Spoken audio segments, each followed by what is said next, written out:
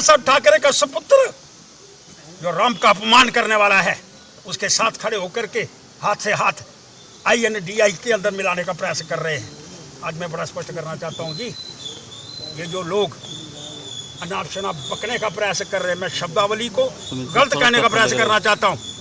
आज उनके विषय के अंदर देश की जनता को, सनातनियों को विचार करने का प्रयास करना होगा। सब सनातनियों को इकट्ठे होकर के, एक मुश्त होकर के, वो जो लोग भगवान श्री राम का अपमान कर रहे हैं और उनको भला बुरा कर, अरे यही शब्द अगर आपने किसी दूसरे धर्म के विषय के अंदर शब्दों का उच्चारण किया होता, आज हिंदुस्तान के अंदर आग लग जाती।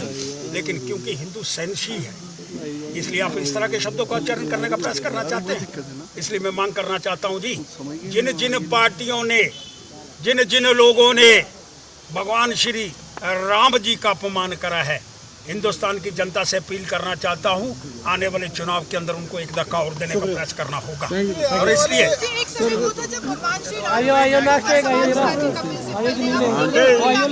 अरे मैं कहता हूँ सब जमघट उनका है, ये सारे वही लोग हैं। श्रद्धेय राम, भगवान श्री राम, सम्माननीय रमान, राम जी का अपमान। और जितेंद्र अवार जैसा आदमी, प्रभु श्री राम मांसाहारी, और बाला साहब ठाकरे का सुपुत्र श्री महाराष्ट्र के अंदर उनके साथ मिलकर के कंधे से कंधा, वो कैसे कहते हैं बाला साहब के शब्द। मैं भी उस समय बाला साहब के साथ था, 20 वर्ष मैंने उनके साथ काटे। उन्होंने कहा जब मेरी पार्टी का कांग्रेसीकरण होने का प्रयास होगा, मैं अपनी दुकान बंद कर दूंगा।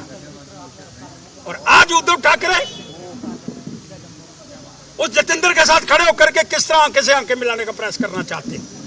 इसलिए मैं बड़ा स्पष्ट करना चाहता हूं जी, ये जो रावण को मैंने फूंका, इनकी चेहरे लगा करके, ये रावण की सेना है।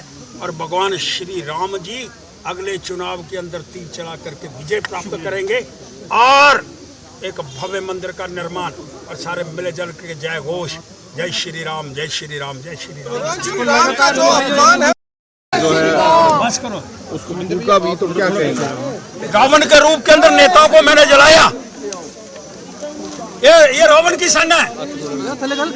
एक कहता है जी भगवान राम मांसाहारी है, और उनके साथ बाला साहब ठाकरे का सुपुत्र खड़ा है, जो हिंदू हृदय सम्राट का बेटा, उसको शर्म नहीं आती।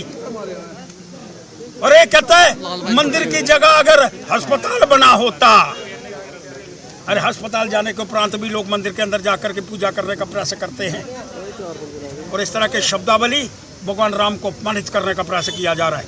इसलिए मैं मांग करना चाहता हूं और जनता से अपील करना चाहता हूं, आने वाले चुनाव के अंदर एक धक्का और दो और इस रावण सेना का समाप्तिकरण कर दो, ताकि ये रावण सेना आने वाले चुनाव के अंदर कभी दिखनी नहीं चाहिए। और भगवान श्री राम जी, प्रभु श्री राम जी का अपमान करने वाले कभी हिंदुस्तान की धरती के ऊपर टिकने का प्रयास नहीं करेंगे, और जो भी उनको टिकाएगा वो भी उनके साथ ध्वस्त हो जाएगा।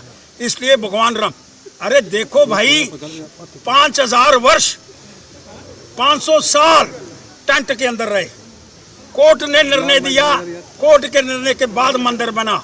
इतनी देर आराध्य राम टेंट के अंदर बैठे रहे, और जब कोर्ट का निर्णय आया, आज अनाप शनाप बकने का प्रयास कर रहे हैं। और बक कौन रहे हैं? अरे 1-2 मुसलमानों को छोड़ करके बाकी हिंदू इसका उच्चारण करने का प्रयास करना चाहते हैं।